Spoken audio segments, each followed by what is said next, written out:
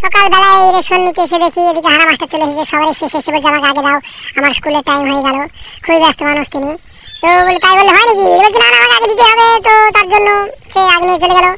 আমরা দাঁড়িয়ে আছি লাইন দিয়ে রেশনের দোকানে। তারপরে চলে আসলো বক্কে কাকা। বক্কে কাকার সাথে একটা সেলফি আমি নিচ্ছি। তো তাকাচ্ছে না, অন্যদিকে মনমস্ক হয়ে আছে। এদিকে সোনাক্ষী রয়েছে বলে আমি একটা হাই দিই।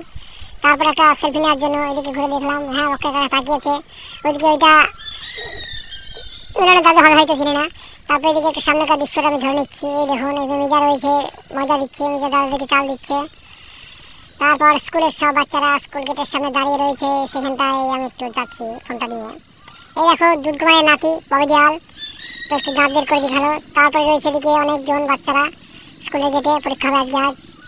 এদিকে দুয়ারে সরকারের রেশন চলছে। আর বাচ্চারা সেখানটায় মা কালীর মাটি বলছে, কপালে ঠেকাচ্ছে পরীক্ষা ভালো হবে বলে। তো হিটলারের মা এক একজনকে দিয়ে দিচ্ছে মাটির তিলক। তারপর আমি কন্ট্রোল নিয়ে চলে আসলাম বাড়ি, মানে রেশন চাল নিয়ে। তারপরে এগিয়ে গেলাম মুড়ি আনতে। জেরির দোকানে তো রাস্তার বাজার পুরো ফাঁকা। দেখলাম সামনে করে ঘুরে এখানে বসে আছে। তারপর এখানে জয়দেবের দোকান আরও পড়েই আছে। ও ফোনে খুবই ব্যস্ত, কাকে 5,000 টাকা পাঠাতে হবে। পাশে সুকুমার কাকা রয়েছে। তো আমার কথা তো সে কানে নিচ্ছে না। তো কাছে গেলাম, তবুও কানে নিচ্ছে না। তারপর আমাকে বললো আমি 4,000 টাকা তোকে দিচ্ছি, কুন্তলের কাছে এক্ষুনি যা দিয়ে টাকাটা আমার ফোনে মারতে বল। তারপর কুন্তলের দোকানে আমি এগিয়ে গিয়েও ঘুরে এসে বাবাকে দিয়ে টাকাটা মারিয়ে নিলাম আর কি। তো এখানে দোকানদারি করছে। তারপর মুড়িটা আমাকে দিল। মুড়িটা নিয়ে আসছি তো দেখছি চাঁচুর বাবুবালের বাড়িতে মিস্ত্রি কাজে লেগেছে, সেখানে সে কাজ করছে। তারপরে এগিয়ে আসছি সময় দোকানে আবার চলে গেলাম বাড়ি থেকে গিয়ে। সময় খুব দুঃখে আছে, বললো আগে কি ছিলাম আজ কোথায় এলাম। তো বড় দুঃখে সে আছে। আজকে তার দাদার বিয়ে হয়ে গেছে, বৌদি চলে এসেছে। সে বাড়িতে আজকে কোনো মুখ পাচ্ছে না, কাজ করছে আর খাচ্ছে। দিকে কুন্তল রয়েছে দোকানে, ওদিকে কুন্তলের বাপিও রয়েছে। ওদিকে বাসুসোনা এগিয়ে চলে এসেছে। তো বাঞ্চা শুধু এসে টাকা টাকা টাকা, হাতে তো কিছু বুঝে না টাকা ছাড়া। এদিকে সময় রয়েছে লুচি খাচ্ছে আমার জন্য, বলে তোকে লুচি খাবো দেখ। দিও আমার জন্য দুটো লুচি তেলে ছেড়ে দিলে। বললাম আমি এসব লুচি টুচি খাই না।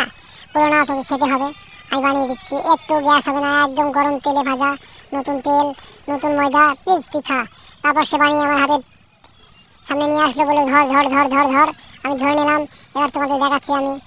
তারপর আমি লুচিটাকে দেখাচ্ছি, এই দেখুন লুচিটা সময় খুব ভালো বানিয়েছে, খুব সুগন্ধ আসছে। তারপর আমরা এবার লুচিটাকে খেয়ে ফেলবো, একটা জোয়া দিল আমাকে। তারপর আমি একটু লুচিটা খেয়ে জল খেয়ে নিলাম। জল খাওয়ার পর সুমিরাকে বলছি তুই এখানে আর একটু লুচি খা। সে আবার লুচি খেতে খেতে বললে একটা ভিডিও করে নে। আমি ভিডিও করে নিলাম। আর তার মনে দুঃখটা বলছে আজকে 3 দিন বাড়িতে যাইনি, দোকানে থাকছি, খাচ্ছি যাচ্ছি, দোকানে থাকছি। তারপর আমি এগিয়ে আসলাম আমাদের পাড়াতে। আর এদিকে যুবরাজ এগিয়ে আসছে, সাগরপাড়ি বংশের যুবরাজ। ওই দেখুন হাত তুলে। এবার আমরা এগিয়ে যাবো বাগানে, লিচু বাগানে গিয়ে দেখাচ্ছি যে কত সুন্দর ঝাড় ঝুড় দিয়েছি, বাগানটা পরিষ্কার করে রেখেছি। এদিকে ভিন্ডা পাট বসানোর জন্য সব বাগানে দিয়েছে, পরিষ্কার জায়গায় দিয়েছে কোনো ব্যাপার নেই। তারপর তোমাদের এদিকে দেখাচ্ছি আমাদের নদীটা, সুতি নদী চলে একে বেঁকে, বৈশাখ মাসে তার ভালোই জল থাকে। তারপর আমরা এগিয়ে যাচ্ছি, এই দিকটায় দেখাচ্ছি আপনাদের কেমন নদী নালা। এই সুতি নদীতে আমরা স্নান করি। এইদিকে দেখুন, এই দেখুন জলটা এখনো সুন্দর রয়েছে। তারপর আমরা এগিয়ে যাবো পুঙ্কা কাকির দোকানের সামনে দিয়ে।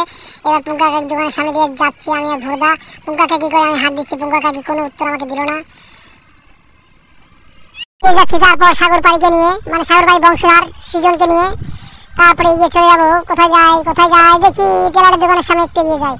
টেলার সামনের দোকানে গিয়ে দেখছি সুজয়ের স্ত্রীকে নিয়ে চলে যাচ্ছে। সুজয়ের বাপ একটা দেখাতে হয়তো চলে গেল। ওদিকে অঙ্কিত রয়েছে, অঙ্কিতকে ডাকছে, অঙ্কিত শোনা এদিকে এসে যুবা যুবা যুবা বলো, যুবা কেশরি হাত দিয়ে দেখাচ্ছে। ও ওখান থেকে চেঁচাচ্ছে, হ্যাঁ বিটু কাকা যুবা যুবা যুবা করতে করতে সে চলে আসছে।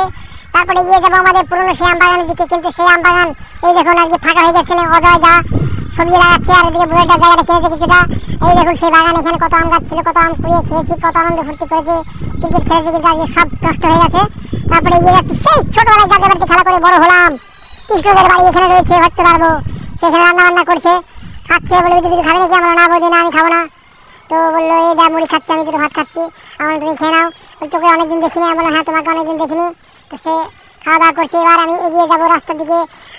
হঠাৎ দেখছি দিকে পাহাড়ের সমান লতা নিয়ে চলে আসছে গরুকে খাওয়ানোর জন্য স্বপন দা। তারপরে এগিয়ে চলে গেল এদিকে সরজিৎদের মা নিমের ডাল ভাঙছে। তারপরে এদিকে দেখছি, ঘুরিয়ে দেখছি কি করছে সিজনদের বাড়ি পানি ক্যামেরা ঘুরলাম। সিজন দাঁড়িয়ে রয়েছে, সরজিৎদের বাবা রয়েছে চেয়ারে বসছে আর কি। এদিকে বুলেটের জবা গাছে একটি জবা ফুল ফুটেছে। দেখতে বেশ ভালো লাগছে, কিন্তু ক্যামেরাতে রোদের তাতে এত সুন্দরভাবে আসছে না। তারপরে এগিয়ে গেলাম পুঙ্কা কাকির দোকানে। তো পুঙ্কা কাকি এখানে রয়েছে, গল্প করছে। পুঙ্কা কাকি খুব ভালো মানুষ, মনের দিক দিয়ে ভালো। দোকানে যত জিনিস ধার চাইবে দিয়ে দেবে, কিন্তু পয়সা নেবে না সে, আপনি যদি না দেন। তো সে এখন গল্প করছে, আমাকে পাত্তাই দিচ্ছে না। তো তার দোকানে ভিড়টা দেখে নেন। ওষুধ পালা যা লাগে আপনি চলে আসবেন, কোনো টাকা লাগবে না। তারপরে এগিয়ে আসছে, এদিকে দেখছি আলপনা যাচ্ছে। আলপনা খুব দুঃখ করছে নাতির জন্য, শুভমের জ্বর আসছে, ছাড়ছে না। তো রিপোর্ট ফিপোর্ট করেছে, এখন ঠিক হয়নি, একটু চিন্তার দিকে আছে। ওদিকে মানিক দা চলে যাচ্ছে, ওদিকে বিদ্যুৎ এগিয়ে চলে যাচ্ছে মোটরসাইকেল নিয়ে। তারপরে দিকে দেখছি নিমাইদা আসছে, বানিয়ে এসে এখন থাকে, মানে চৈতন দার দাদা হচ্ছে। তো সে গিয়ে আসছে আমাদের গ্রামে, এখানেই আগে বাড়ি ছিল। সে কি হয় একটু দাঁড়িয়েছে মনে হচ্ছে, হ্যাঁ দাঁড়িয়ে গেল। রাজুকে বলছে, ভাই কেমন আছিস, ভালো আছিস? রাজু জিজ্ঞেস করলো, আরে কোথায় থাকে এখন? বললো বানিয়াতে থাকি, ওখানেই এখন বাড়ি ঘর করে আছি। ঠিক আছে, গুড বাই।